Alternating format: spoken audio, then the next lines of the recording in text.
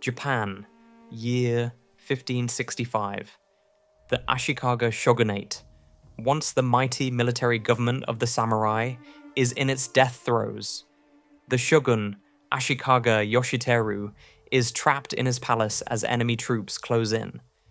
He draws his sword, knowing this is the end.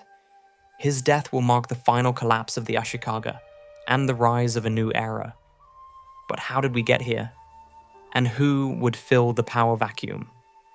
Today, we dive into the 3 acts of this epic tragedy. First, the slow decay of the Ashikaga Shogunate. Then, the bloody rise of the Miyoshi clan and Yoshiteru's brutal assassination. And finally, the arrival of Japan's first great unifier, Oda Nobunaga. The Ashikaga Shogunate began in 1336, when Ashikaga Takauji seized power after overthrowing the Kamakura Shogunate. For a time, it was glorious. Kyoto flourished under the Muromachi culture, with tea ceremonies, no theatre, and stunning Zen gardens. But beneath the surface, trouble brewed. Unlike the Kamakura Shogunate, the Ashikaga never fully controlled the daimyo, the great regional lords. The Ashikaga shoguns relied on shifting series of alliances. To control Japan, and the daimyo were kept in check only so long as the Ashikaga demonstrated their strength. And in 1443, disaster struck.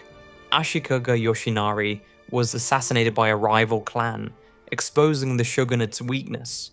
Then came the Onin War, a decade-long civil war that turned Kyoto into a wasteland. It started as a feud over succession. 2 branches of the Ashikaga, backed by 2 mighty rival clans, Hosokawa versus Yamana, tore the city apart. But soon, daimyo across Japan saw their chance.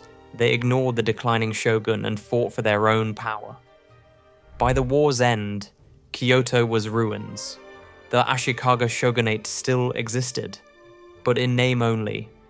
Real power now belonged to whoever controlled the strongest army. For the next century, the Ashikaga shoguns were puppets. Powerful clans, first the Hosokawa, then the Miyoshi, manipulated them like chess pieces. Shoguns like Yoshiharu, R. 1521 to 1546, were exiled multiple times. His son, Yoshiteru, would try to restore the strength of his ancestors, but it was too late. By the 1550s, the Ashikaga were a joke, and in this chaos, one clan saw their chance to rule Kyoto directly. The Miyoshi.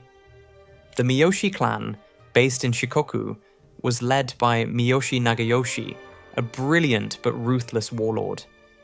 In the 1540s, he crushed the Hosokawa clan and became Kyoto's sole de facto ruler. But he didn't take the shogunate for himself. Instead, he controlled it from the shadows. A shadow shogun. Miyoshi Nagayoshi installed Ashikaga Yoshiteru as shogun in 1546, thinking he'd be obedient. But Yoshiteru was different. He trained in sword fighting, studied governance, and dreamed of restoring the shogunate's power. The Miyoshi's rise to power had made them many enemies among the daimyo, and the young shogun plotted to restore the authority of his family. Yoshiteru secretly allied with rival clans like the Rokkaku and even the Uesugi, hoping to break free from Miyoshi control. In 1564, the ruthless and brilliant Miyoshi Nagayoshi died, and Ashikaga Yoshiteru saw his chance. He made his move, issuing decrees without Miyoshi approval. The Miyoshi were furious. Their response? Murder. On June 17th, 1565, Miyoshi forces, led by the treacherous Matsunaga Hisahide, stormed Yoshiteru's palace. The shogun, knowing he was doomed, fought like a demon. Legend says he wielded his sword until it broke, then kept fighting with a dagger. But it wasn't enough. Yoshiteru was cut down. his head displayed as a trophy on the castle gates. His loyal retainers fought to the end around him. His squire Odachidono was the last of his men standing and chose to fall on his sword rather than endure the dishonor of outliving his master. Ashikaga Yoshiteru's death wasn't just the end of a shogun, it was the end of an era. The Ashikaga Shogunate was now a corpse, and the Miyoshi declared the end of the Ashikaga Shogunate. It was a mistake.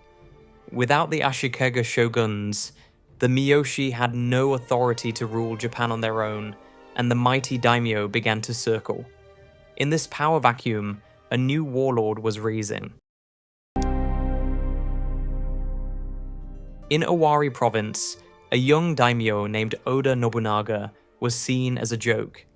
He dressed as a woman, drank in taverns, and ignored traditions, and he was called the Fool of Owari.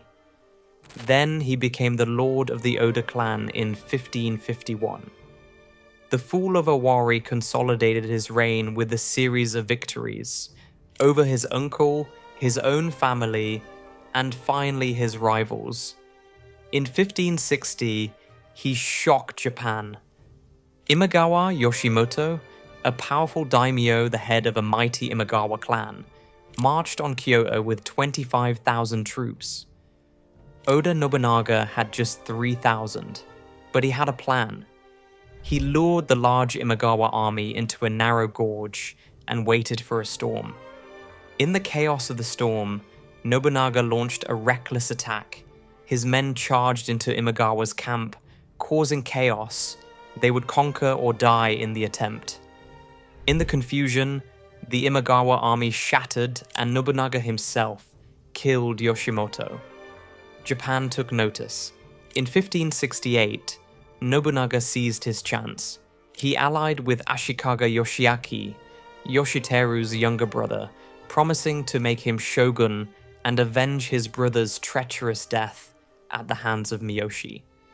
He crushed the Miyoshi and Rokkaku clans, but once in Kyoto, Nobunaga was the real power behind the last Ashikaga shogun, replacing the Miyoshi. He then built Azuchi Castle, a symbol of his new order. Yoshiaki, tired of being a puppet, rebelled in 1573. It was a mistake. Nobunaga burned Kyoto's temples, who backed Yoshiaki, and exiled him. The Ashikaga Shogunate was officially dead. And Nobunaga? He was just beginning his rise to rule Japan. Nobunaga's rise was just beginning. Over the next decade, he would wage war against nearly all the great clans in brutal campaigns. The destruction of the Takeda, the Iko-Iki revolts, and his shocking betrayal. Was he a visionary or a tyrant? Let us know below and subscribe for more.